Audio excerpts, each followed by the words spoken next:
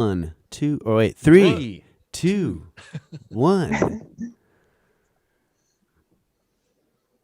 We're live. And we are live, ladies and gentlemen. This is Kosmographia, the Randall Carlson podcast, live. Thank you so much for joining us. I see there's lots of people already in the chat. Welcome. Already got a super chat from Ronan49. Thank you, man. Oh, man. 20 Thanks, bucks. buddy. Really appreciate that.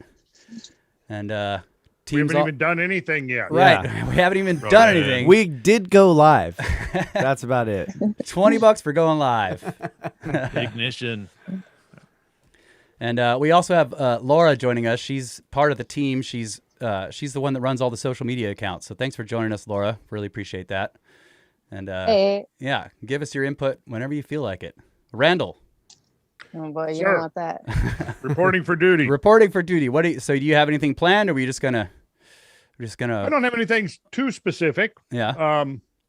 I thought, I might rely on you to kind of give me a little bit of a focus. That's what I need, is a focus. Okay. I'm all this big picture, and we need to bring it in, kind of narrow it down somewhat. Well, what if I ask you a big picture question that's also like an origins question? Like, we've talked quite a bit, and probably a lot of people have heard the story of how you were at the concert, you were young, and you looked out over the bluffs, and that's how you started getting into the catastrophic geology.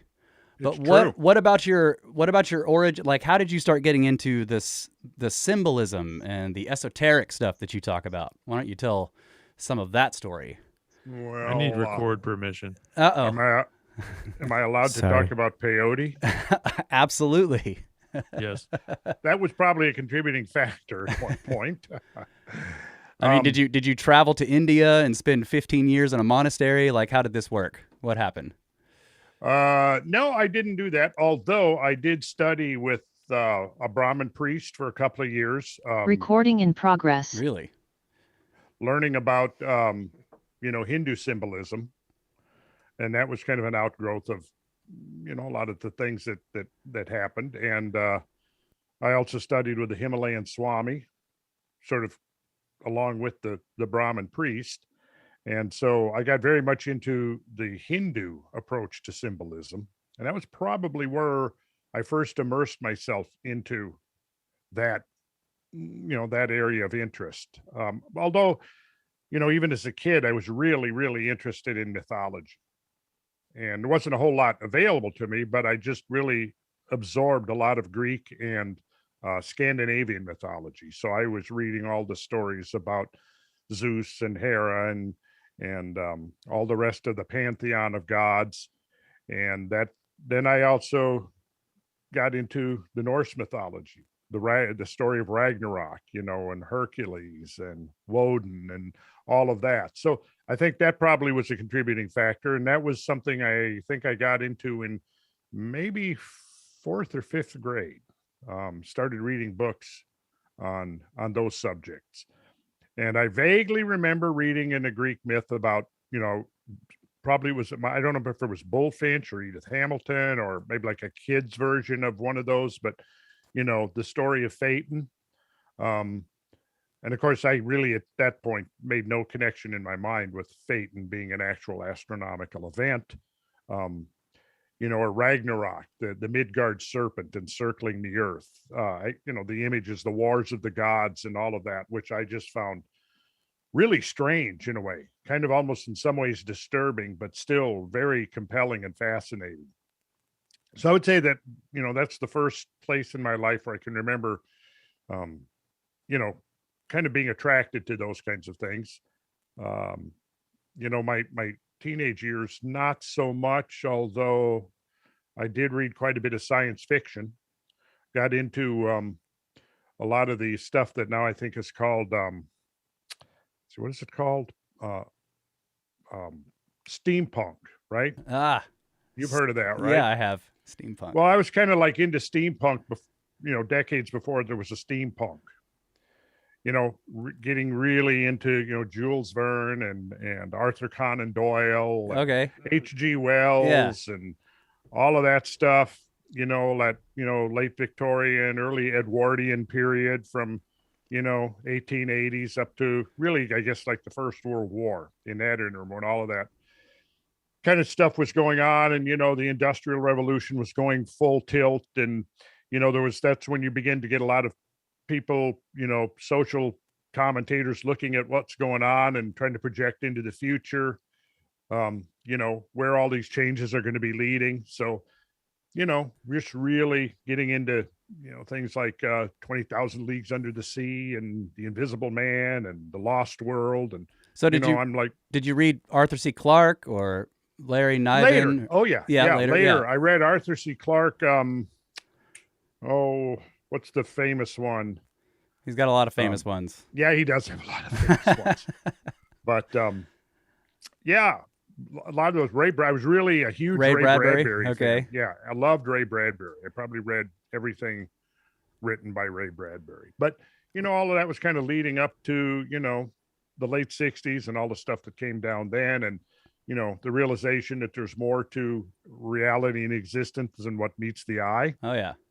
So that's kind of what led me, I kind of followed, a lot of the same path, the Beatles go to India, right? And they learn meditation from the Maharishi Mahesh Yogi. And so I didn't go to India. My younger brother Rowan went to India with the Swami, but I wanted to find out what all, meditation was all about, and, looking into the fact that there might've been higher realms of consciousness.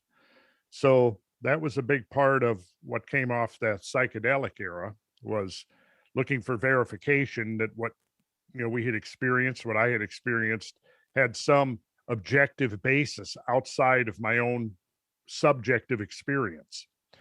And so going into a lot of the traditions that had come down to us, mostly initially it was my exposure to Eastern spiritual traditions that led me to that. But in that regard, I was somewhat fortunate that I had easy access to some of these, like the Dr. Arya. He was the Brahmin priest that I first studied with and started learning meditation and learning Hindu rituals.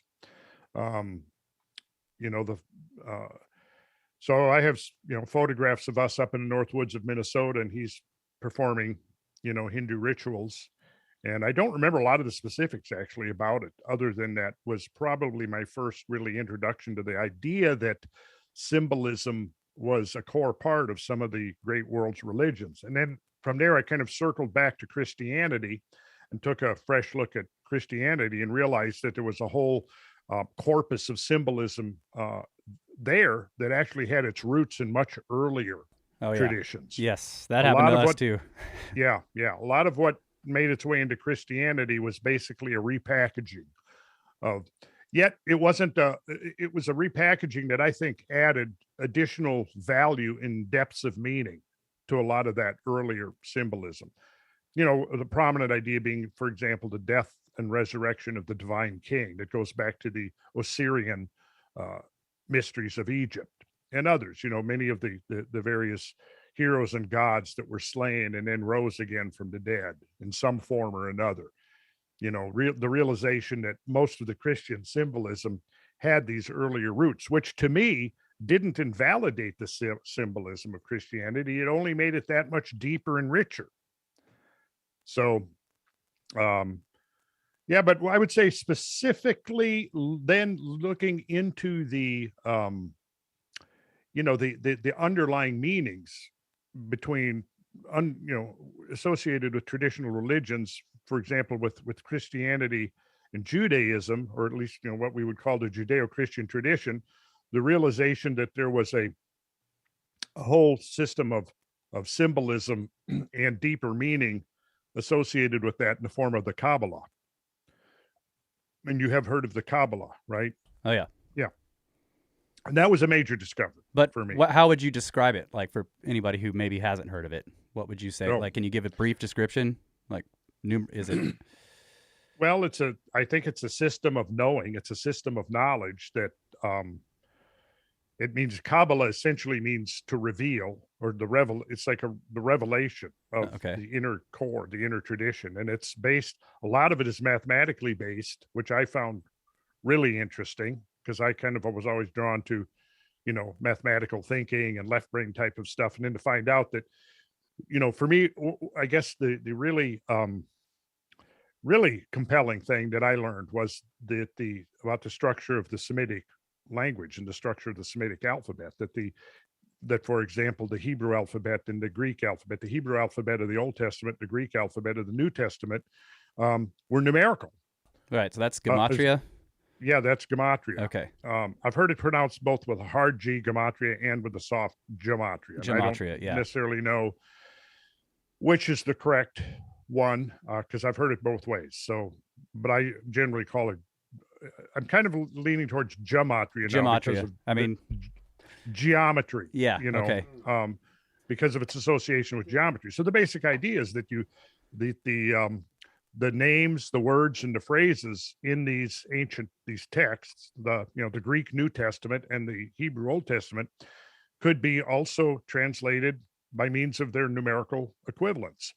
And so, Aleph, Bet, Gimel, Dalet, Chef, Vav, Zain, Het, Tet, Yud, Kaf, Mem, Nun, Samak, Ayin, Pei. The Hebrew alphabet has numerical values. Aleph 1, Bet 2, Gimel 3, Dalet 4, He 5, Het, whatever. So I just said it. But anyways, so you go through by units, that gets you to 10, which is the Yud. We kind of already met the Yud, right? Where did we meet the Yud, right? Wasn't it on the tarot card we looked at? That's right. Yeah. It's in the sky. There's like a bunch of them in the sky. There's a bunch of Yuds in the sky. That are like dripping off the flaming torch or something. Yeah. And also, real quick before we move on, thanks to Just Wondering and what was the other one? Lala C for the super chats. Thank you guys so much. And Brandon Bird. And Brandon Bird just threw in another $5. Appreciate that. Oh, thanks, guys. Yeah. All right. Thanks, guys. So the Yud. So the Yud is kind of like symbolically the seed of the Hebrew alphabet. And if you look at the actual structure of the Hebrew alphabet, you'll see that all of the letters are various permutations of the basic Yud. It's stretched, it's replicated, and then connected in different ways. But you'll see that very clearly, and it has to do with the way that the letters of the alphabet were actually drawn, like with a flat quill pen. If I knew we were going to talk about this, I would have been set up and I could have demonstrated drawing a few Hebrew letters. But so the idea is you've got numbers, and it's the same with the Greek. You can look at the Greek numbers and the Greek letters, and you'll have alpha, beta, gamma, delta, epsilon, so on, right through the alphabet. And you'll have units, and you get to the value of 10. In the Greek, the iota, the letter iota, has the value of 10. And then you can go to kappa, lambda. So you've got 20, 30, mu, nun. So you've got 40, 50. So it goes by units, tens, and then hundreds, right? So what that implies is that you can take words, names, and phrases, substitute in the numerical values of the letters, add them up, and you'll get into a number, say, for a name or a particular word or a phrase.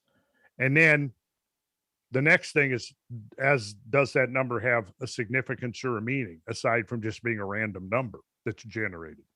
And therein we get into the gematria, which is one of the core, I guess, techniques, you would say, of the Kabbalistic system, is this substitution cipher that then leads into the realm of numbers. Well, then you go from the realm of numbers to the realm of geometry, because what you discover is that there's a high correlation between the relationship of the numerical values of words, names, and phrases and particular geometric forms. So that to me is where it really gets interesting. So at some point we can do a whole presentation on this, and I'll have examples and graphs and how the particular geometric forms that come out of it now become the basis for a, if you will, a type of sacred architecture. And it's all interconnected. So systems of metrology and measurement will have numerical ratios. And you find it both in natural, but in also human-made art and architecture, particular geometric ratios. And those ratios recur redundantly in some of these scriptural writings when you translate them numerically.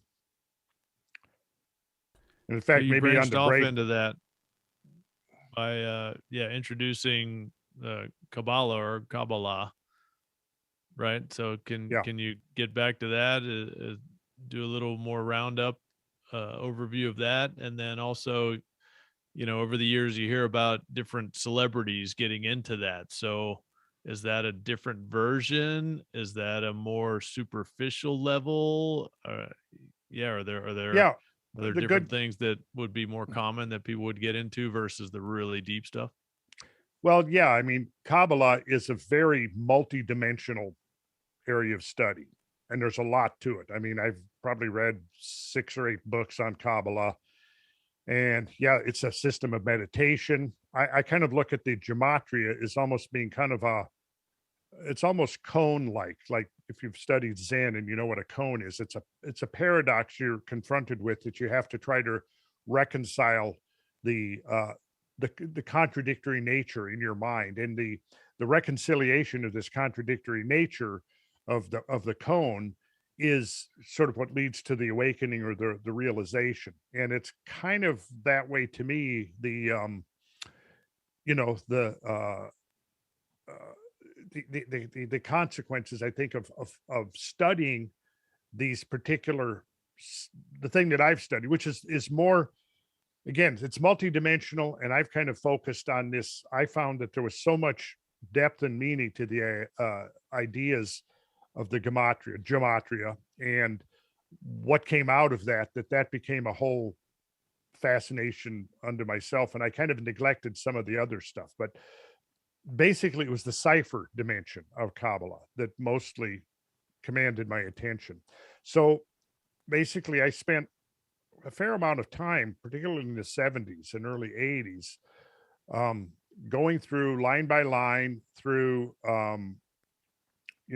procuring copies of the reconstructed Hebrew and the reconstructed Greek, interlinear, which I have on my shelf in the other room, and working out numerical values of words, names, and phrases. And then there wasn't a whole lot of literature on it, but I did find some. The work of Bly Bond and William Simcox Lee, very interesting stuff. Bly Bond was an ecclesiastical architect who did the initial excavations and archaeological exploration at the ruins of Glastonbury Abbey in England. And he used some rather unorthodox methods to help him in his attempts to find where to dig, for example, looking for specific remnants of the original structures and so on. And when the church authorities found out about that, he was quickly dismissed from his post. But he collaborated with Reverend William Simcox Lee, and they did some of the very early work on Kabbalistic interpretation of scriptures. Also, the work of William Sterling, who was the late 19th century, did a book. The title of it escapes me for the moment, but he delved deeply into some of the meanings, the numerical and mathematical, the geometry behind the outer literal form. So you could kind of think of it that way. In this context, you look at the stories and the allegories and things that are being presented, and those are the literary outer forms. The Garden of Eden, the serpent in the garden, for example, the fruit of the tree of knowledge, the tree of life. All of these things are kind of literal symbols, but then when you translate them numerically, you discover that there is this pattern of number that is associated. And once you get that, then you can begin to look for correlations. Now, what Bly Bond and William Simcox Lee did was they explored the geometric correlations that emerged. So that was a major discovery for me. And then the work of Frater Achad, who was a member of several occult orders in the early 20th century, wrote several books on Kabbalah from sort of the, occult perspective. One of them in particular I found extremely fascinating was called The Anatomy of the Body of God. And he went into a detailed geometric construction of the symbol of the tree of life. And I think he came upon something quite profound. And so I immersed myself in that study, and this the symbol of the tree of life itself, which is fundamental to the Kabbalah. So there was that. And then just, circling back to mythology, and now expanding my purview of mythology from Greek and Norse mythology into a lot of other realms of mythology, and of course I encountered the Vedas with my studies with the Brahmin priest and immersing myself into the whole, the whole yoga philosophy in that tradition.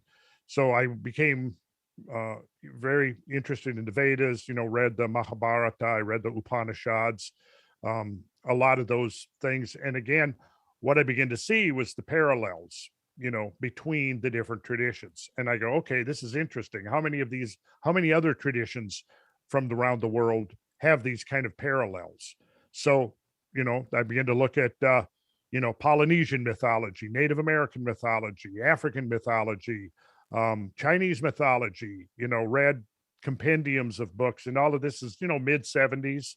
And what struck me was, the parallels, the overlaps between these stories.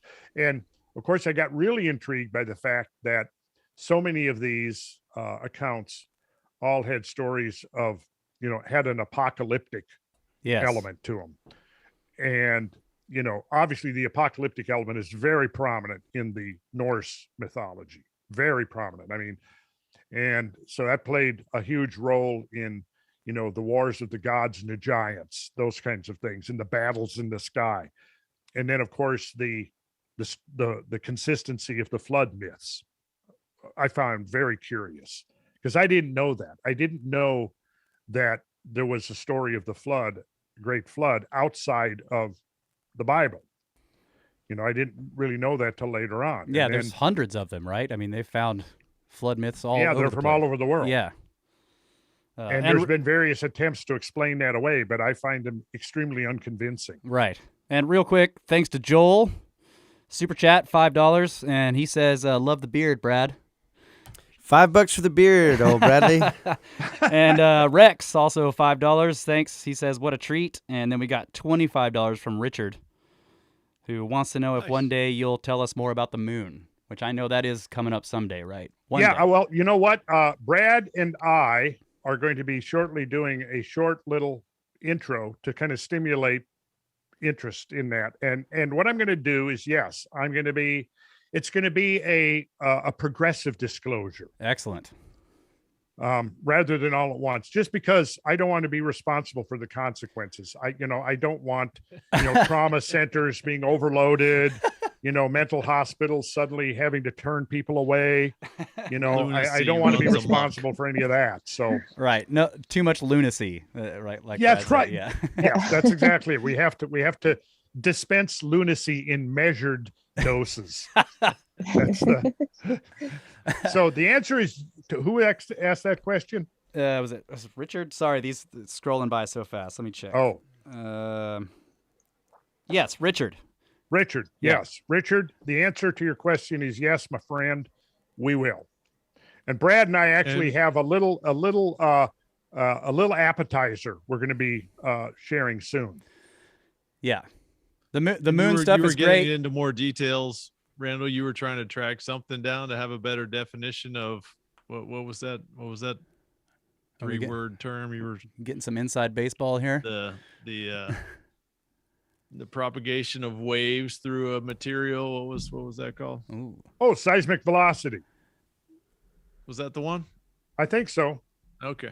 That's only... when we start looking at the velocity of seismic waves is propagated through various materials. For example, the kind of materials composing the crust of the moon. Yeah, that's seismic exactly velocity. But hint. Well, let's let's go back to where you were. You said you were looking at, basically you're doing comparative mythology from myths around the world, and it struck you how many of them had apocalyptic stories and flood stories. Yes. So I remember sitting, it would have been 1972, living in the north woods of Minnesota, just north above Brainerd, Minnesota. We bought some land and we're living in a half-built kind of garage. I remember it was colder than shit out there. And I'm huddling, probably had a blanket on, and I'm huddling under a little lamp, and I'm reading the Book of the Hopi by Frank Waters. And he gets into the four Hopi worlds and the four destructions. Now, I was familiar with the four ages of the world from reading the Greek stuff. So I'm going, oh, how interesting. No, the Hopis had this. And, then it was talking about each of the successive worlds just being destroyed by some kind of a catastrophe, a great hurricane, a fire, a flood, etc. And I just remember sitting there late at night reading that. It's quiet, it's just up in the woods. It's in the winter. It's cold out. So, if you've ever been anybody living up at that kind of latitude up close to the 49th parallel, that some of those winter nights, they can be clear, cold, and very, very quiet, and it was that kind of a night. And I just remember sitting there thinking, well, that was probably didn't come out of they didn't just make this up. There must have been really things that happened. I just remember having that kind of instinct about it, and so I set out to try to understand whether or not there was a real geological basis to some of these things. And as I got into it, I would say that by 1980, after 7 or 8 years of further study and research and so on, I definitely was convinced that, yeah, absolutely, there was a real geological basis to this idea of cyclical catastrophes. In that interim, I discovered Hamlet's Mill, which really laid out the template for the great year based upon a processional cycle. And I read, again, Vedic traditions. I found the work of Sri Aurobindo, which I read, who talked about cycles, and some of his followers and stuff wrote about cycles. And that became a matter of great interest to me. So I would say most of the 70s, I was exploring, symbolism. I was exploring various spiritual traditions, mythology, kind of what you would call occult traditions, because I went from looking at the Eastern stuff over to more looking at the Western esoteric tradition, and then realized that there was this incredibly rich Western esoteric tradition that I had been completely unaware of in my youth. And so all of the stories, the legends, the myths and everything were all actually had their roots in that esoteric tradition. So, it's just kind of an ongoing process. I would say that it was around late 70s when I really began to dive into some of the catastrophist stuff. I think I discovered Charles Hapgood's work in 1978, maybe read Velikovsky in 1975, 76, right in there. Of course, the thing that I found most compelling was Earth in Upheaval, which I think is the one book he wrote that really stood the test of time. His other works, Ages in Chaos and others, where he attempts, in Earth in Upheaval, what he did was he gathered together a lot of information and traditions about from geology, from mythology, from psychology, drawing all of these threads together to make the claim that there really had been tremendous catastrophes in the history of planet Earth. Then in his subsequent books, he tried to explain what could have triggered those catastrophes. And that's most of the critics that attacked him were on that basis of his subsequent astrophysics, not so much his compilation that appeared in Earth in Upheaval.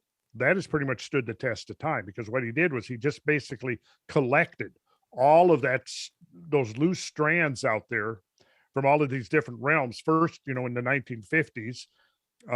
And then I think Charles Hapgood kind of followed in the Velikovskyan footsteps. He surmised that it was a pole shift.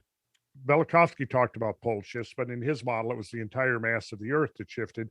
Whereas, interestingly, Hapgood came up with his model of accelerated plate tectonics and was really developing that idea at the same time continental drift was actually becoming an accepted paradigm within geology, because prior to the 70s, it was considered fringe, and only began to get marginally accepted in the 60s, and then finally grafted into mainstream geological thinking in the 70s. Well, basically what that said was that the crust of the earth, the plates of the earth moved laterally over the underlying mantle, right? So up to that time, the earth was mostly seen, with the exception, of course, Wegener and his school, who was the basically the first ones historically that's recognized as theorizing that the plates of the earth, of the crustal plates of the earth move. And of course, that was based upon simple observation that if you move the Western hemisphere, North and South America, against Europe and Africa, they kind of fit together like pieces of a puzzle, right? That was Wegener's insight, really. Well, so Hapgood, what he did was he theorized that there was this crustal displacement that took place. And it was the crustal displacement that happened orders of magnitude faster than the continental drift guys were imagining. But it was this crustal displacement that caused the catastrophes. Now, in his book, Path of the Pole, which I think I actually found it at a used book sale, library book sale, for like $1 or something, the hardback version, which I still have. I read that, became totally convinced that great catastrophes were real. And then he had a very extensive bibliography in the back of the book. And what I did was I systematically started going through that. And I started going to haunting university libraries and looking up a lot of the stuff that he referenced that was available in old journals and things, old geological journals and, journals of ethnography or whatever it might have been, and studying that stuff. And so that convinced me that I really wanted to, for one thing, I wanted to really learn more geology. So around 79 or 80, because I'm looking at this, I'm going, well, wait a second now. Here's these guys like Velikovsky and Hapgood and others talking about these great geological catastrophes that caused mass extinctions and the collapse of civilizations. But I've never seen anything like that referenced, within my limited framework of awareness of geological orthodoxy at that time. I don't remember, everything was one grain of sand, one drop of water at a time. Over millions of years, this was over and over again. This was over millions of years. This happens, that happens. And in that model of change, you don't even notice anything hardly over a lifespan, a human lifespan, because it all takes tens, hundreds, thousands, and millions of years for changes to accumulate incrementally. But so you had these two totally different ways of looking at the world, the gradualist model and the catastrophist model. So in my mind, I'm trying to reconcile that. And that's what really led me into, okay, I've got these references here. Let me go and track these down. So I began to go back to these old editions of the Geological Society of America Bulletin and so on, and looking this stuff up. And I'm going, well, yeah, this, yeah. It does seem like in this, nobody's explicitly saying catastrophism, but what's implicit here is catastrophes. So well, let me stop you there before I lose track. Thanks to Jay, Rick, Noel, and Luke for super chats. Thank you guys very much. And Randall, Luke asked about ley lines. Have you ever looked into those? Oh yeah. Oh yeah. Yes, I have. And I think there's a geological correlation to ley lines. And here I would refer an interested student of this kind of stuff to the work of Paul Devereaux, who wrote on, he did, it's somebody actually, we should try to, if he's still active, we should try to get him on the, I did a podcast with him, God, long time ago, maybe even the very early days of podcasts. We had a great discussion, but anyways, yeah, I mean, I've read 4 or 5 of his books, and he's basically surmised that there's a relationship between the geological substrate and ley lines. And it goes back to this idea that energy is being propagated primarily because, along fault lines, the difference between a fault line and a fracture, right, Kyle? Man, I know you told me this in the past, and I've already. Yes, I did. Okay, a fracture is just a crack where there's no movement between the contiguous parts. A fault line, there's movement. It can be a variety of movement. It can be overthrust. It can be like this, but that generates shear and creates forces, possibly piezoelectric forces, if there's a lot of quartz in the bedrock. Yeah. And so there's been scientific demonstrations that this can actually cause effects in the geomagnetic field. And it also may be related to earth tides. The idea that, we know from the motion of the moon that it can affect the entire hydrosphere of the planet. We see the tides in the ocean rise and fall, but the water, the groundwater is also affected by that. Yeah. There are tides in the groundwater. There's also flexure induced in the crust. It's very subtle, yet the mass it can accumulate over tremendous areas. And then you've got the day-night cycle where alternately half the earth is being absorbing solar energy, then it's cooling down, then it's absorbing again. And these various geological factors that are happening can lead to transient events that are related to the substructure, the geological substructure. Now, where it gets to me interesting is the possible correlation with archaic traditions of astrology and the idea that the motions of the sun and the moon and even the planets themselves can induce phase changes within the Earth's crust that can manifest in a variety of ways.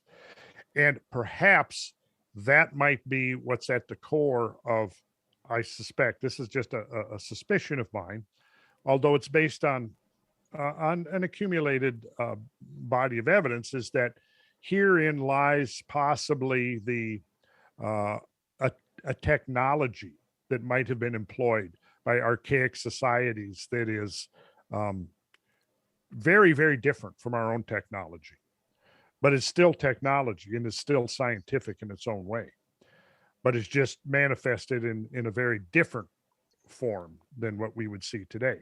In other words, they're not using fossil fuels. They might be tapping into the actual fluctuations of the Earth's geomagnetic field, which then could be related to shifts and changes within the Earth's crust, which would also have an astronomical component because of the tidal forces being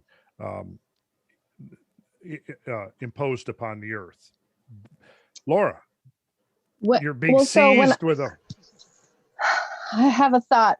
So okay. when hang on, let me grab my. Everybody get ready. I'm ready, Laura. So when I've always thought of it, the energy would be what would have come first. I've never thought of it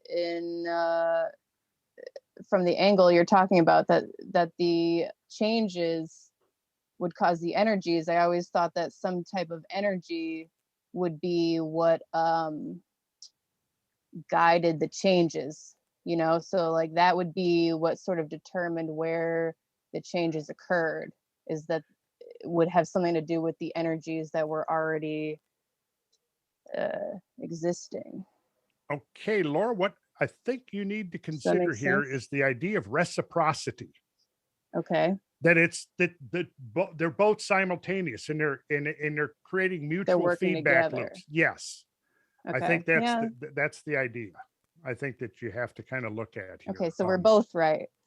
We're both right. Yes. Okay, I'll take that. I may be a little bit more right, but we are both right. So, all right. And, but I'm willing to concede. Look, you got a couple of years on me, so. And hey, thanks to Clifford for the $10 super chat, and also Marcus Tempus Aurelius. Oh, I've wanted, I often thought, shit, I wish I lived back then and I could meet him. So $5 super chat, and he's asking about Saturn, Venus, Moon, Mars conjunction. This is going to happen on February 29th. Well, this is what I'm talking about. And I think this could be a possible explanation for why conjunctions were really important to ancient peoples. I mean, that's really all I can say at this point. Yeah. One of my fascinations is how you could quantify these things. That's what Paul Devereaux has done a lot of in his Dragon project. Looking and trying to quantify and these changes and how they could actually be measured, so that you could see how you might surmise that there could be demonstrable consequences from shifts in the geomagnetic field and so on. On the break, I'll grab a couple of books out of the library there, and we can look at those. No break. We're live. No break. Well, you can go grab some books. Yeah, you can. Wait a minute. You can take off. We'll take over. Brad and I can talk about football or something.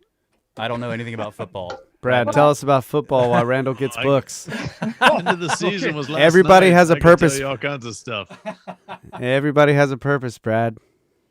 And I will say, Randall brought up Velikovsky's Earth in Upheaval. If anyone's interested, Kyle and I did a 7-part? Yeah. 6 or 7-part deep dive book report on our podcast. So if you're interested in hearing a couple of guys who have no idea what we're talking about, dive into that book and have our minds blown with all the excellent geological evidence. There you go. Just check it out. And thanks to Mike for the super chat, $20. Yeah. Appreciate it, buddy. Thank you.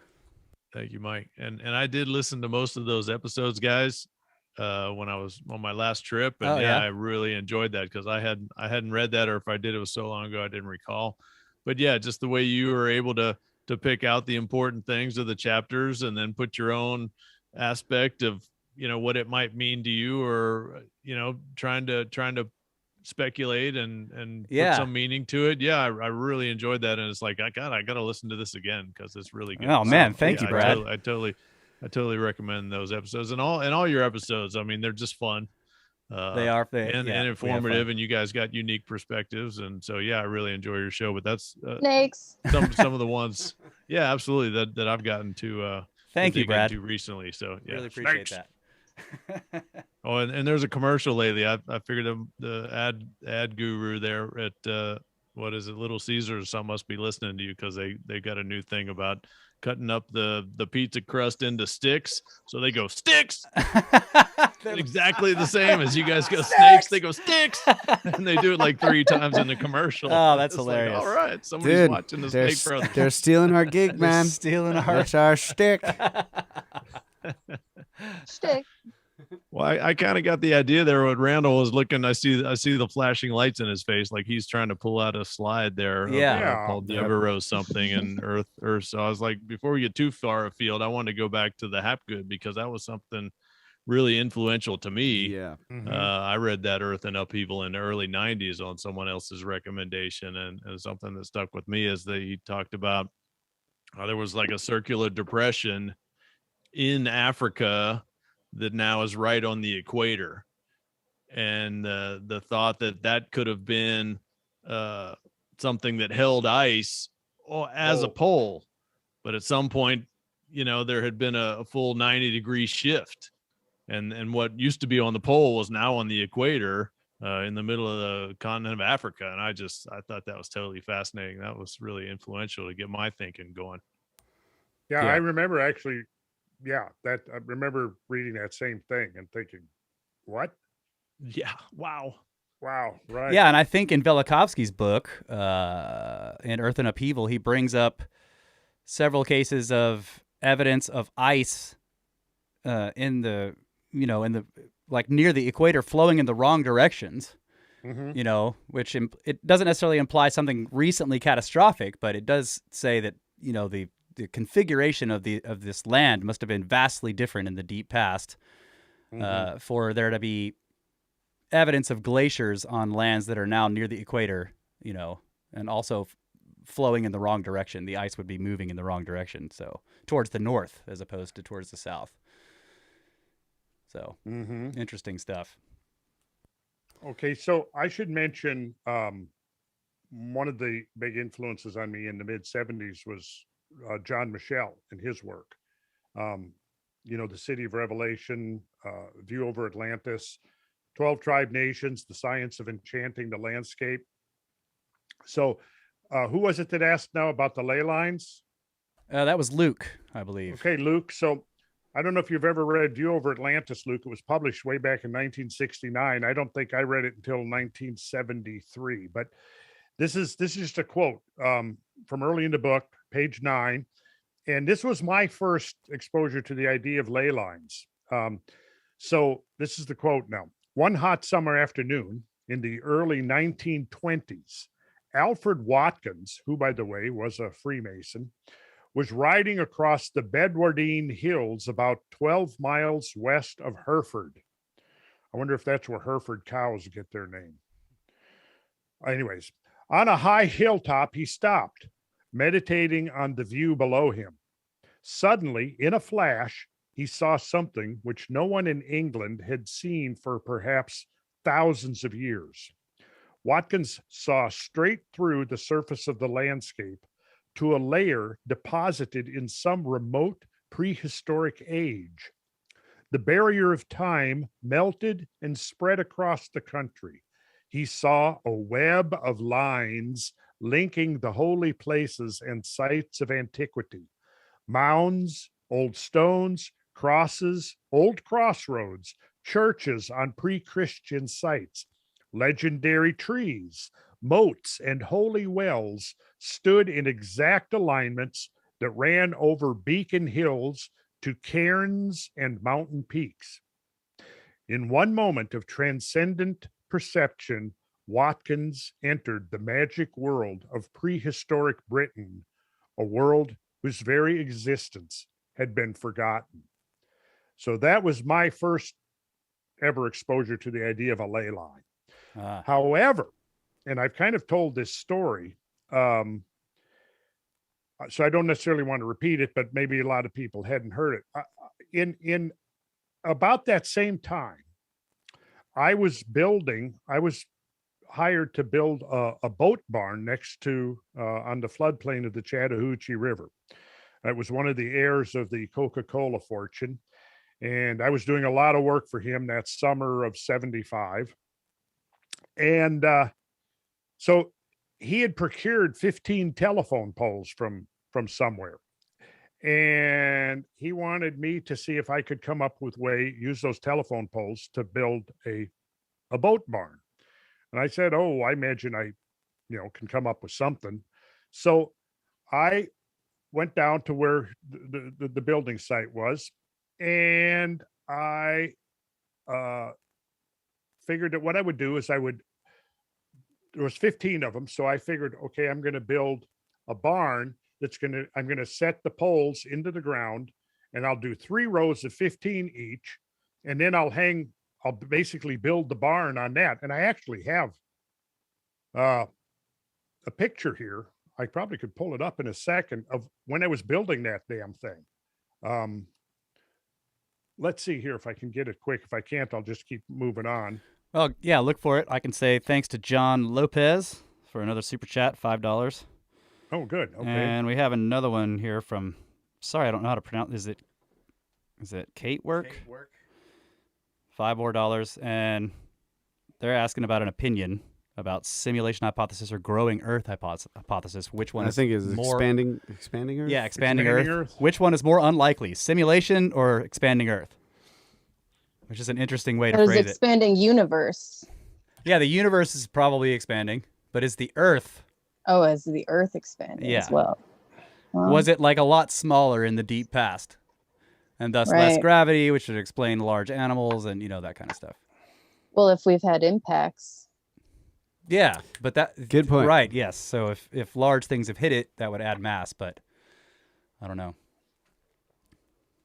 Yeah, I to be honest, I haven't really looked into that, only because, there are a lot of theories out there that are interesting, but usually what I'll do is I'll segue off on looking at what you might quote unquote call a fringe theory, only because it's not part of the mainstream, when I just can't see things adding up within the mainstream views. I mean, certainly that was the case with catastrophism, because there were so many things within the uniformitarian paradigm that just didn't add up, just didn't make sense. So I was almost, compelled to look in another area. Now, Laura just mentioned, impact. So there is always the accretion of cosmic matter. Yet that's pretty minuscule. And I don't want to try to give an opinion on something I haven't really studied. Well, I think it's actually the way the question was phrased. All they're saying is, which one do you think is more unlikely? Simulation hypothesis, which is basically that the entire universe is a simulation, or expanding Earth. Which one is more unlikely in your opinion?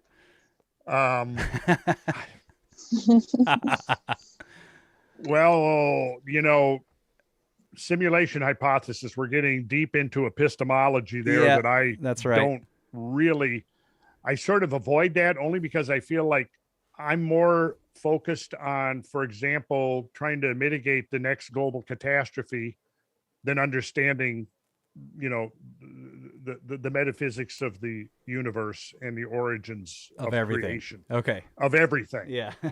Not that that's not a hell of an interesting question, and not that that's not something that I, wouldn't be interested in getting into. But the expanding Earth could be part of the simulation, and people in the chat are pointing out. In any case, we just still have to figure out how it works. Right. I would say yes. Kyle and I have said multiple times on our show that even if simulation hypothesis is correct, it doesn't matter. There's still rules. The universe works in a certain way, whether it's a simulation or not. We still need to try to figure out what's going on. Right. I mean, it's just yeah. So. I agree with that. Yes, that's my perspective on the matter. So, Brothers of the Serpent every Wednesday at 9. And I can say, with the expanding Earth thing, I've just done like a little bit of math. Not to say that this disproves anything, but if you shrink the Earth in terms of diameter just a tiny bit, that amount of mass is actually a very large amount in terms of the overall mass of the sphere. Like, in other words, if you start out with a small sphere and you try to increase it just a tiny bit, you actually have to add a lot of mass because that's in terms of ratio to the original size. So if if the Earth used to be 2/3 the size it is now, that's a huge increase in mass because it's the outside part, right? So I don't know. Well, are you sure that that's what's increasing? It has what to. If that's not what if it's a gas? It doesn't have to be. Which part's a gas? There's a giant gas bubble in the core. Okay, so there's a gas bubble in the core. There's a huge bubble in the middle, yeah. Right, but it still has to increase it doesn't matter what you're increasing it with. It's still a lot of mass. Yeah. And how is it increasing? From internally, or are we talking about space dust, floating down? Yeah, there's a lot of different ideas on how it'd be increasing, but I don't know. I'm just saying when you just do the math in general, if you if you're saying 2/3 the mass, or are we talking about volume? So it's like 2/3 the size of the diameter. Okay, yeah. That's a lot of mass for the increase. Yeah, because the volume of a sphere increases by the cube of the radius. That's right, exactly. But what's the evidence for this expansion theory? I mean, I don't know, so I'm asking. I'm not disputing. I'm just asking. Well, I don't think any of us here are expertise enough in it to even have an opinion. I have not found any in my studies. I've not found anything yet that would compel me to begin to think in those terms. Right. Well, Kate Works gave us another $5 and said that's the best $5 spent all week. So thanks. Awesome. All right. Well, let's totally stumped. Okay. Let's, before we get too far off, let's circle back, right? Circle back to we were discussing the whole ley line thing. Yes, let's go back to ley lines. And I was starting to tell a story, a true story, by the way, one that I'm not just making up. So what I'm going to do is I'm going to do a share screen here. And so here it is. This is like 1975. And this is the pole. This is the first stage of the pole barn. And what you see here is 3 rows of 5 telephone poles each. So, and I'm just beginning. That's me up there in the rafters. So I'm just beginning to hang this structure on top of these 15 poles. Well, so we had the poles, and I found out that Ma Bell, who was the telephone company at the time for this area of North Georgia, had an auger truck, and they would come out, and if you paid them $8 a pole, they would come out and dig a hole and set the pole for you. So hey, I thought that's a pretty good deal. We'll do 15 times 8, and I'll call it, because that's going to be a heck of a lot easier than me digging all those holes by hand and then trying to set the poles. So I thought, hell yeah, let them come with their auger truck, and then they'll use their boom and they'll set the poles. And that's exactly what they did.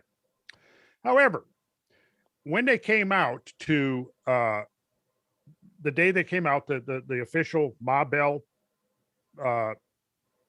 truck comes up, with two guys get out, and they're wearing, the khaki uniform and all of this. You can see actually the road is on this picture. The road is up here to the right, and it went kind of up the hill, and they parked up there, and they got out of the truck, and then they stood by the truck. Then another third person gets out, and it's this real tall, skinny guy wearing overalls and an old crumpled hat. And he's carrying something that looks like a violin case. He comes walking down the hill, and he walks and see, I had put a stake in the ground every place I wanted to have one of these posts set in the ground. So I had laid it out. I had driven the stakes in the ground. This guy comes down there with this violin case, and I'm kind of puzzled, like, what's this guy doing? And I think when he was here, I'm standing over here by the wood pile, right? And watching this guy come down, and think, what is this? What's this guy doing here? And he pauses, and I think I probably had, see, I've got my sawhorses here. I think I had some wood or something up on the sawhorses, because he stops there, opens the case, and he takes out 2 swing rods. Now, anybody who's ever done water dowsing will know what swing rods are. Now, basically what they are is a way of you hold rods. For those people who know what water witching is, it was typically a traditional method of supposedly finding underground flowing water. And the traditional way was using, typically it was a forked hickory stick that was held, and it went into a V into a single place. And the water witcher, or also now called a dowser, would use that to could detect flowing underground water. Well, what this guy had was nothing more than 2 of the old-fashioned automobile antennas, the telescoping kind with a little ball on the end. And what he had done is he had pulled it out and left about 6 inches within the outer sleeve, and then he had hacksawed off that, so he had about 6 inches, right, where he could hold it in his hand. It was about like this pen right here, if you can see the pen. He would hold it, and then then the outer rod was bent at 90 degrees, and it was free to pivot within the outer sleeve. And he had 2 of these in each hand, right? So he gets those, and then he goes and he walks over, if you look at my picture, he walks over each of the stakes that I had driven into the ground. And as he's walking over, you can see that the rods are just kind of gently oscillating, kind of back and forth like this. And then he's walking over each of the stakes, and I'm going, what the hell is this guy doing? And at first I'm like, I'm feeling, so are these guys, he's witching. Like, are they pulling some, pulling something funny on me here? Cause I'm just this young guy, barely out of the fool stage, but I was smart enough to figure out how to build this barn anyway. But so as he would walk across each of the stakes, he yells up to the guys at the truck, clear. Then he'd go over to the next one, clear, clear. And over all 15 stakes, then he turns up and yells clear to the guys. Now, over here, if you look right here behind it, there's a garage there, and there's a driveway coming into the property, going down to the garage. So he walks back up the hill, and then there was an opening in the fence. He walks there, and the whole time he's carrying these rods. And I knew from the work that I had already been doing there, we had put in an above ground swimming pool. You can't see it. It's in the background here on the other side of the house. So we had to find where to do our water hookups. So I knew that there was a water hookup, and I knew it came, from across the road somewhere, but I didn't know specifically where it came into the property, really. So he's walking, goes across the driveway, and he maybe gets halfway across the driveway. And all of a sudden, and I'm watching him this whole time, still scratching my head, he walks across the middle of the driveway. All of a sudden, it looked like somebody grabbed the ends of those rods, jerked them into an X, and then this is what I saw him doing. They were literally bending. Whoa. They crossed, and then they were bending. Wow. Bending as if somebody was pulling down on the ends. Yeah. And I thought, what in the hell? And, I had heard of water witching. There were water witches. I grew up in rural Minnesota, and there were water witch, Yep. But I had never given it any thought, and I had never seen it before. So then what he does is he starts coming from across the driveway, and he walked in a zigzag fashion. And every time, and what he was, of course, detecting was where the water main came into the property. And so as he zigzagged back and forth across that water main, every time he'd step over it, you'd see that those rods would cross, and it would look like they were under tension. And so he was able to trace out where the water main came in from the road down onto the property. So then he's coming back up, and I'm standing there, and I'm really quite mystified. Did you want to set him on fire? Who the witch? No, I didn't actually. Okay. I wanted to find out what the hell he was doing. What in the world? Lots of people in the chat are saying that they do this too, that they've dowsed before. Okay. Yeah. So then that's cool. That's very cool. Okay. So then he goes, "You want to try it?" And I'm like looking around, and I look at the guys on the truck, and I can see that they're kind of laughing, and I'm okay. Yeah, I'll try it. Completely unexpectedly, like not anticipating anything, I had him in my hands, and I stepped across where the water main was, and we were able to verify later that that was in fact the water main. The owner comes out there and goes, "Yeah, I think it comes right across the driveway here and goes down." And I said, "Yeah, we."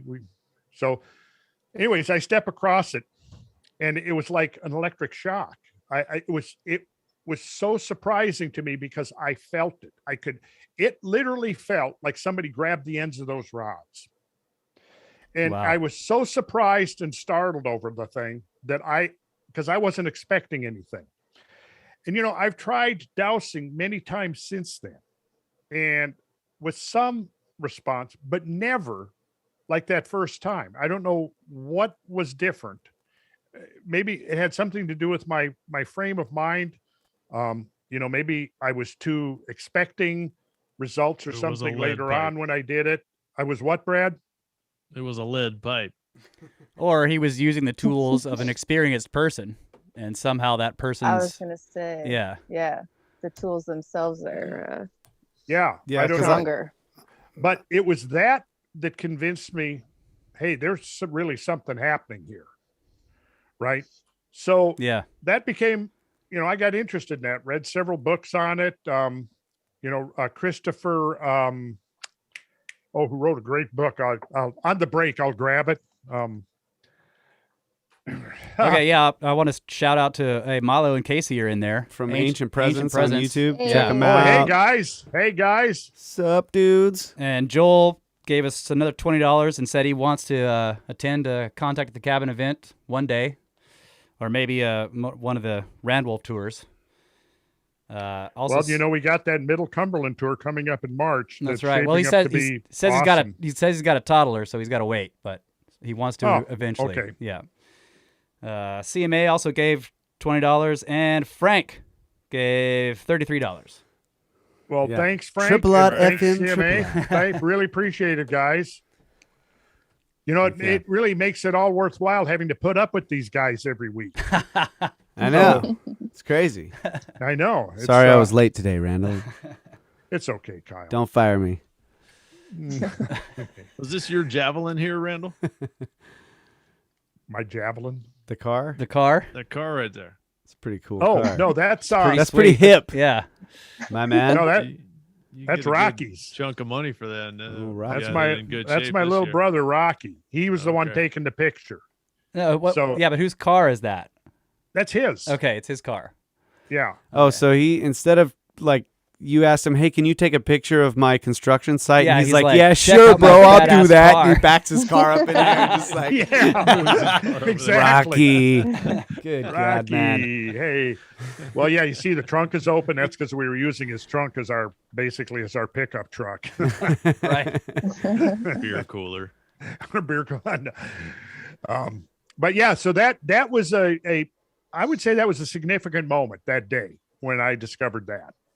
And it was actually that led me into, about that time was when I was started reading John Michell, and that's where I first discovered ley lines and started, putting two and two together, and then that led me to Paul Devereaux's work, the Dragon Project, Okay. where he's associating ley lines with, patterns of energy in the landscape that is basically the result of the configuration of fault lines and ore bodies and the movement of underground water. So my thought then was that, and at that point, so here it is, the phone company is relying on a dowser Right. to tell them where it's safe to drill. Yeah. Now, if it was just completely bunk and pseudoscience, Yeah, I don't it's- think they'd be doing that. Right. Right, It's weird. yeah. They keep it on the they keep it quiet, right? We had the same thing with well drillers out here. Big water companies, they're coming out, they're drilling people's wells, and they show up with a guy who douses the area to find the spot to Yep. drill. Yep. And it's I don't know, it's like ignored, or it's like just, they don't tell you, yeah, we're going to bring our witcher out there to check for the water. But it happens. Well, it's funny because it sounds like even back then, the guys who were actually doing the work didn't really take it seriously. Except that they Again, do what those Randall. guys say. It's weird. It's interesting. But yeah, exactly. It's yeah. still a big. Well, I found out from acquaintances that served in Vietnam that, they were using dowsers to locate buried mines. Ah. I heard that from a couple of different people. I've never seen that confirmed anywhere, but I heard it, firsthand Well- from peers of mine that served over there. Would that be more map dowsing, or would that you think they're going into the field for something like that? Oh, they're going into You the can do- field. They're going into the Okay. field. But I 'Cause wouldn't you doubt can if there was do- map dowsing. Now, since then, I've attended meetings and given talks on the possible geological connection, for example, to the Appalachian Society of Dowsers. And they've hold, meetings every year. And let's see, it was in 95, I did a presentation to the Appalachian Society of Dowsers, and then in Atlanta. And then the next year they had their national conference or gathering up in, and it was mostly the entire Eastern seaboard. Dowsers, there's like 200 dowsers there. And I went, and it was entitled Dowsing for Discernment. And it was held at Warren Wilson College. And I went there. I got invited to go there and do a presentation. So we actually have recordings of 5 lectures that I gave over that weekend. And this was actually one of the very first places where I laid out the whole Younger Dryas hypothesis publicly. So we're doing I believe Stephen, our colleague Stephen, is now doing the transcript of that. I think, is that what Oh, he's working? right. Yeah. So basically, I like the sound of that. I described the whole phenomena and put forth the idea that that there were impacts into the ice sheet to cause the mass extinction. I extensively go into the Cretaceous Tertiary boundary event and the Tunguska event as analogs to help us understand what happened at the Younger Dryas. I don't remember if I actually was using the term Younger Dryas at the time, but I was placing the date of it as at 12,900 to 13,000 years ago. And that date actually came up from immersion and studies of the Great Year concept, which is what I encountered in reading the book Hamlet's Mill, probably again about the mid 70s. I would like to actually read a couple more quotes from John Michell that are, I think, are relevant to this. This is now from his later book, 1991, called 12 Tribe Nations and the Science of Enchanting the Landscape. And he says here, and this is quoting, the first requirement of the ruling priesthood is to locate and occupy the naturally powerful centers of spiritual energy in the landscape. This involves the use of geomancy, meaning divination through the earth or earth magic. Now, this is what it now would encompass what we talk about as dowsing. Through geomancy are discovered the most effective sites and designs for temples in relation to the spiritual energy field of the country as a whole. The many sciences which contribute to geomancy include astronomy and geology. The temples should be sited at natural meeting places between the powers of heaven and earth. This principle is now being recognized by archaeologists who have discovered in recent years that temples and old stone monuments in all countries are related to their surroundings in two ways, astronomically and geologically. So his work, I think, was pivotal. He's no longer with us, but his work was pivotal, I think, in really kind of peeling back several layers of the veil that obscured the archaic traditions that would have involved, I think, the mapping of the energy field of the entire planet at one time. I don't think that is really as far out as an idea as it might sound, because again, I think one of the hypotheses that legitimately put out that could be testable is the idea that there was an advanced civilization in prehistoric times. The advanced civilization may have not looked anything like our modern advanced civilization, and therefore the footprints and fingerprints of this civilization are much harder to discern, because if we're looking for analogs of our own culture, we might be missing.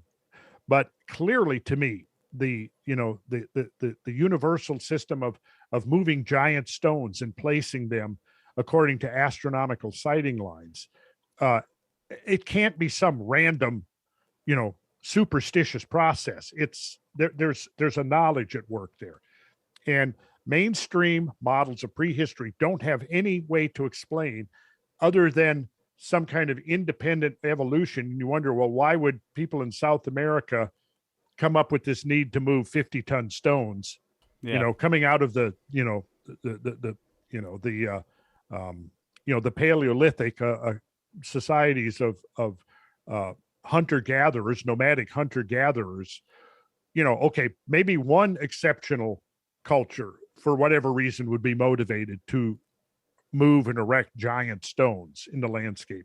But when you find it all over the world, now you got to go, wait a minute. No. There's something else going on here. And what Graham Hancock says is, and I have to agree with Graham, as I usually do, is that really what we're seeing at the dawn of history is, in effect, the end of something else, as much as it is the beginning of our own, the rise of our own modern civilization, which traces back, to the first appearance of writing, in Sumer and that period of 4,500 to 5,000 years ago.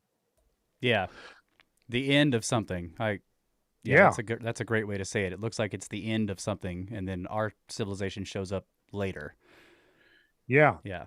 I kind of look at that as sort of the that's the midpoint of the Holocene. It's kind of a hinge point to me. Yeah. And if, we've talked about this quite a bit in the podcast, this idea of sort of a reboot that occurred in the aftermath of the Younger Dryas. We've talked about, the dispersion of languages, the master tongue that linguists have sort of traced back to goes back, and they're dating what it looks like, all the branches of language stem from this master language. It sort of dates from like 10,000 years ago, and then you've got the agriculture beginning 10,000 years ago. And, we've talked about how that might not even have been too viable when, carbon dioxide concentration in the atmosphere might have been lower than 200 parts per million. Right. But with the post-glacial warming that occurred, there was an influx of carbon dioxide into the atmosphere that raised the ambient concentrations by about 100 parts per million. And at that point, interestingly coincident with that enrichment of carbon dioxide is when you see agriculture becoming more widespread. And since a lot of the food crops, the C3, so-called C3 photosynthetic pathways are directly connected to ambient concentrations in the atmosphere of CO2, it's very possible. Now, of course, this is speculation. I don't know, but clearly, when you had half again as much ice, almost double actually the amount of ice on the Earth as you do now, we know from the northern hemisphere that 5 to 10 degrees centigrade colder. The snow line was down like 1,100 to 1,500 feet. So a lot of valleys that later on were practicing high altitude agriculture, they were completely frozen out. So you have domestication of animals. You have the first urban complexes showing up between 8,000 and 9,000 years ago. You got the dispersion of languages. All of these things are kind of dated to that first millennia or two post-glacial. Well, as Graham would say, and I would concur with that, I mean, are we looking really at the first stirrings, the first cornerstones of civilization, or are we actually looking at a reboot of some kind? And then we've talked about in depth about catastrophes that have engulfed the planet, and the most recent extreme global catastrophe is that transitional phase from the Pleistocene to the Holocene, which encompasses the Younger Dryas, right? And only when you really become apprised and aware of how extensive the remodeling. I mean, this was a major global remodeling project that occurred in that transition, in that roughly 2,000 to 3,000 year transition from glacial to interglacial age. And a lot of the mainstream guys who are always going, well, where's the artifacts? Where's the artifacts? Where's the potsherds and everything? What they don't understand is they do not understand. They have no comprehension of the scale and degree and magnitude of this global remodeling project that took place. So, what you're looking for artifacts, what are you going to be looking for? You're going to be looking for rusted automobile bodies?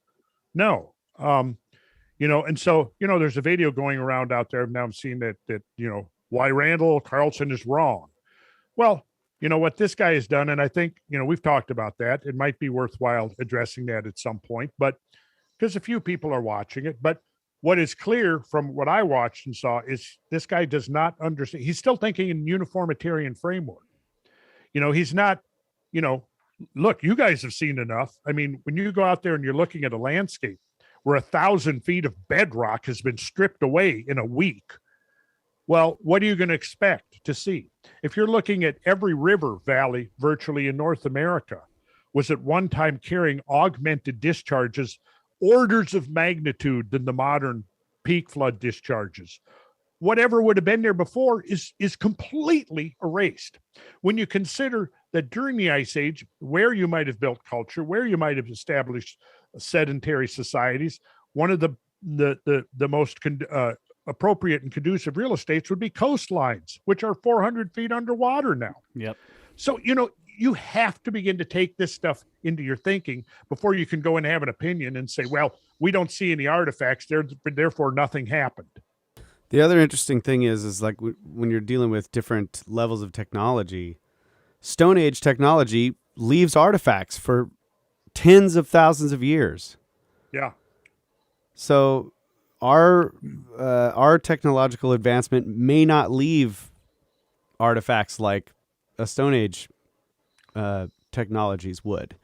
No. Plastics and, paper. Plastics are very durable, but I think Not most of durable. the studies I have read would be even the most durable plastics are going to generally break down within 3,000 to 4,000 years. If they're Most of exposed them in a the lot sun, quicker than that. oh yeah, they're exposed to the sun. Like we find surface points, chipped stone artifacts, flint. These things last in the sun for thousands of years. They can, and they get patinas on them that The depth of that patina can tell you how long that thing has been exposed to direct sunlight.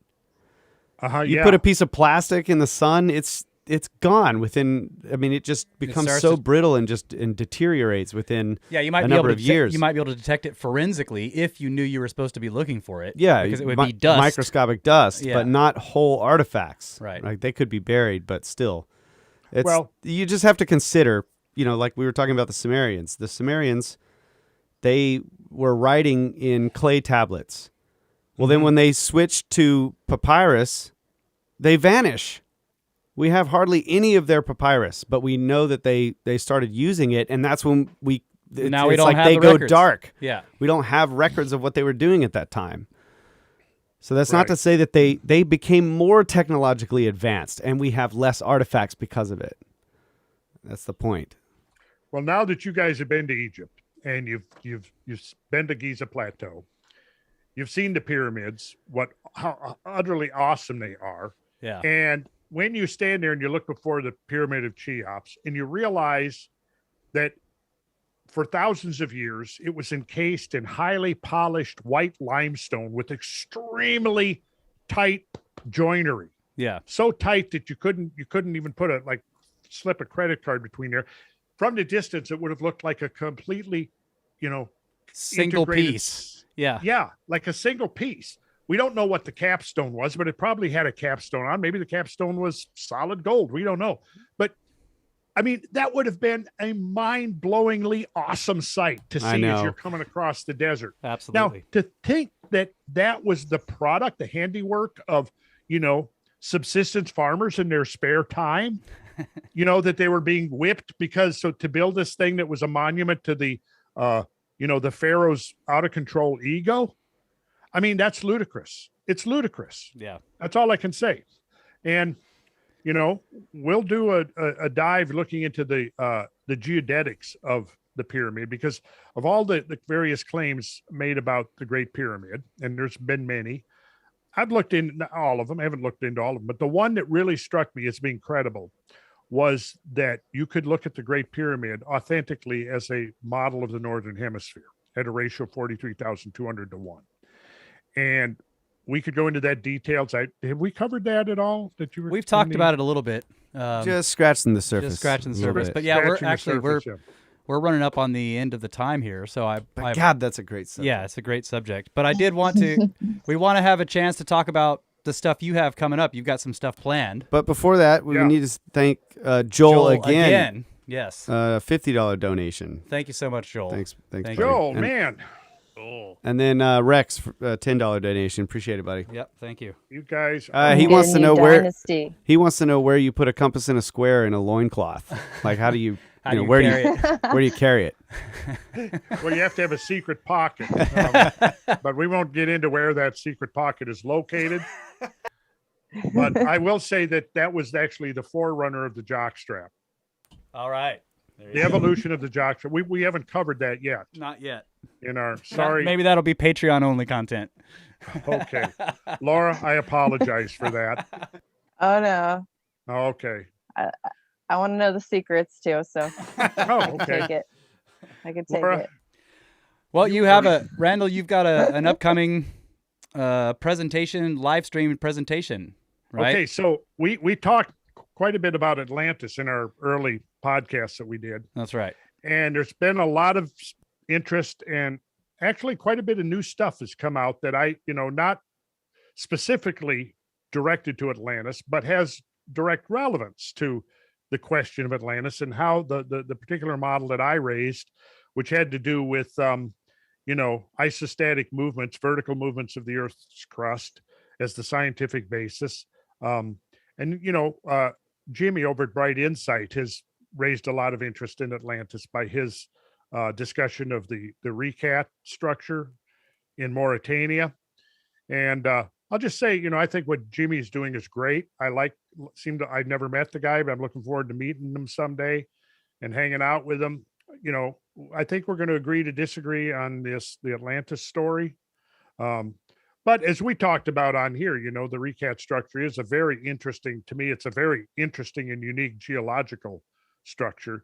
But I've gone into detail why I I don't think that was Atlantis. So what I'm going to do is a two-parter. The first one's going to be on January 27th. It's going to be live.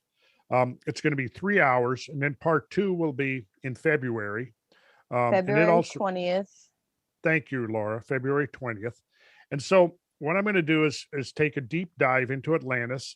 We'll review some of the stuff we've already covered, and then we'll get into some new stuff to try to put this on a solid footing, and to introduce people to this particular interpretation of Plato. And it's entitled Atlantis, Plato, Back to the Source. Right. Plato's Atlantis, back to the source. Back to the source. So we go back to Plato, and what did Plato say? And if we look at all of the places around the planet that have been proposed as being the site of Atlantis, I'm narrowing it down, and I say there's one place that is the most consistent, and here's why. And here's, I think, the geology, the geography, the astronomy, the oceanography that supports this as being the most likely place if it existed. And I'll make clear right at the outset, I am not going to say we've found Atlantis, this is Atlantis. What I am going to be saying, though, is that when we look at all of the places and we go right back to Plato and his very specific and detailed account, there's one place that fits his details where you don't have to alter the geography. You don't have to alter the chronology or the timing to make it fit. You don't have to say that Plato made a mistake by an order of magnitude in his timing. And that's what it's going to be about. And it's going to be, I think we're going to do $18. I mean, the cost of a movie ticket for the 3 hours. If you could do both parts, there's going to be a break, right, yeah. Laura? $33. 33. Yeah. 33, right. And so I think it's going to be, if you want to buy them, but you can't show up for the live because you're on the other side of the world or whatever, you can still watch them. They'll be recorded and available. So yeah, and if you missed the first one, you can still get them, and you'll be able to download and watch the first one, and then participate in the second one live. That's right. The plan. And even if you get it live, you also have unlimited access to watch the video to rewatch later. Yeah, so you can watch it 100 times if you want. Yeah. And that's what I do recommend, is that you watch it a minimum of 100 times. That's what you want. Yeah, it'll establish a YouTube account. YouTube. Oh my God. Oop. The HowTube is hosting the live stream. And how many push-ups do I owe for that? Yeah, Brad, me and you were doing push-ups tonight, buddy. God dang. So yeah, it's a HowTube event, and you'll establish a channel once you pay, and then that will be accessible through your channel as long as you have your account there with HowTube. So you don't have to see it live. You can see it later and as many times as you want, like Laura said. And they can find this at randallcarlson.com. Links to go buy it or purchase tickets. Is that right? Yep. Okay. And in between those two streamed seminars or teaching sessions you're doing, you're also going on Joe Rogan, right? That's what's happening. People are always asking. Yeah. Yeah. I think I suggested the 4th, and he agreed to that. So I think that's on. I mean, I haven't heard otherwise. He's a hard man to track down, but I think, I got a confirmation from him that February 4th is. So Brad and I are planning to be out your way. Yeah. And we're gonna check out Canyon Lake Gorge and McKinney Falls, hopefully. Yes. McKinney Falls. Yeah. Yeah. So you guys are saying that McKinney Falls is possibly evidence of some outsized events, or it's a cataract fall that has a tiny little waterfall coming into what's a giant horseshoe cataract. Oh, and then there are potholes downstream, and like you can, it's nothing on the scale of the Scablands, but you can still see the same. It's just it's scale invariance, right? This is much smaller. Definitely, yeah. Nice. Oh, and then I'll also mention, March we've got the Middle Cumberland Plateau tour. Right. We're going to be doing. We've reserved a block of 20 rooms and a couple of cabins at the Falls Creek Falls Lodge and Resort, and we're going to use that as our base for exploring the rim of the Cumberland Plateau. And there's going to be some awesome sites. And we're doing March because the leaf canopy won't be back yet. So we'll be able to actually see the underlying geology much clearer than you would any other time. Plus, it won't be hot and muggy and insects. Excellent. So that's the middle of March, and it's not on our new page yet. We're having one developed for tours and events. But if you got interest in that, it's probably already half full already, even just from the people that have been on our previous tours. So popular destination coming up, Central Tennessee. If you want to get on that list before it's actually available to put down a deposit, it's tours@randallcarlson.com, and you can send us an email. We'll put you on that pre-list. Tours@randallcarlson.com. Correct. And we got a bunch more people to thank. Kyle, you got the list Yeah, there. Luke, thanks, buddy. €2. Thanks again. Again, that's right. Refi, $2. Ancient Sanctum, who is mod in the chat. Yeah, she's doing a great job. That's right. Check out her channel out on YouTube. $20, much appreciated. John, with $5, wanted to know if you ever plan to do a trip in the San Luis Valley. Oh yeah. Oh yeah. Okay. Yeah. Yes is the answer. And then Clark, $20, and he says thanks for the new tools of interpreting Earth history. And Peter Shell, who we met on the last Scablands trip. Yeah, thanks. $37. $37. Thank you so much. Thanks, brother. He's coming on Peter, the Cumberland with us. Yeah. Peter, that's great. I take back some of those things I've been saying about you. No, I don't, because the only thing I've said about you, Peter, is what a great guy you are. Yeah, Peter He's also going to help us organize a trip over to the Carolina Bays too. I think. He's man, interested in those. So I really want to go look at those. Getting over there. So that's going to be another one coming up. Peter also supports us on our Patreon, so thank you so much, Peter. Really appreciate all the support you're doing for both shows. Really appreciate that. Yeah. Awesome. Anything else, guys? Can I do one quick last quote? Absolutely. Close it out. It's your show, so Randall. Since I've been talking about Paul Devereaux, I got a quote from him here. This is from his book, Earthlights, which was published way back in 1982. And then he's talking about the work of John Michell. Okay, and this is what he says. As long ago as 1969, pivotal year for a lot of things, interestingly, John Michell was associating sacred sites with geological faulting, but more by intuitive observation than anything else. The lie of the land surrounding most stone circles gives the secret away. McCartney's work, and that's not Paul McCartney, by the way. Actually, the guy's name is Paul McCartney, but it's not the ex-Beatle. Yeah. Not that one, no, that he's referring to. McCartney's work has it's now... the replacement. Yeah, no, Laura. That's Sir Paul McCartney. Keep going. It's not Sir Paul McCartney. McCartney's work has now... Okay, McCartney's work has now been able to confirm the earlier suspicion. From the work he has currently done on stone circle distribution in England and Wales, McCartney is satisfied that every stone circle in those two countries is within a mile of a surface fault or lies on an associated intrusion. And that's an intrusion where volatile material from the mantle has forced its way up into the fault lines or the fractures, right? And oftentimes that becomes the site of like precious metal formation and so on. So very interesting. This is the central idea here. And this is an idea we will be exploring in greater detail in future Cosmographia podcasts or live stream events that we're going to do. We're going to figure out the best way to get this information out there. But this is all going to come under the rubric of the quest for the Holy Grail. When I present my theory that the Holy Grail romances are actually encoded ways of talking about an ancient lost technology of planetary restoration in the aftermath of catastrophes. Excellent. Awesome. Nice. I want to say real quick too, thanks to everybody out there who supports the show in other ways. Yes. Liking the show, sharing the show, all of the stuff you do, buying stuff from cbdfromthegods.com. That all supports the show. Coming to the tours, everything you do, just telling your neighbors, telling your friends. From the Randall Carlson shop. That's right. All the t-shirts and hats. That's right. And merch purchases, but the swag.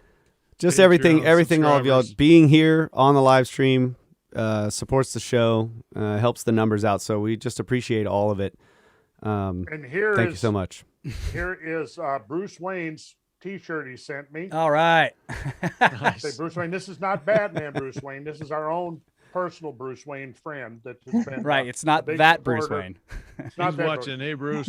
Yeah, younger Dryas, real climate change. There you go. And thanks to So Derek Bruce, for $10. thanks. I told Bruce that I would wear this on one of the shows. So That's great. if you're watching, Bruce, looking forward to hanging out with you again, man. Hey, Bruce. And thanks to Derek for the $10 super chat. And he suggests while you're in Austin, Randall, that we go check out there are Cartwright tracks. I think that's what he's talking about. Ancient tracks. Yeah. Really? Where maybe you have these parallel grooves. Yeah. Yeah, If- we if should he go check knows those where out. Those are definitely. I would like to do that. Yeah, we know. Yeah. Yeah. we Well, can- you guys know where some are. Yes. Well, there we Absolutely. go. Now we got 3 places to visit. Yeah. Okay, guys. Bruce, beers, bro. Yeah. Bring the beers. San Diego breweries. Great show, guys. Good night. Thank you so much. Good night. Thanks. Get Thanks your to the wetsuits chat. ready. Thanks to the chat and all the deep super dive. chats. You guys were great. Have a good night. We'll Good night. see you next week with a regular Good show, night. not a live stream. Live stream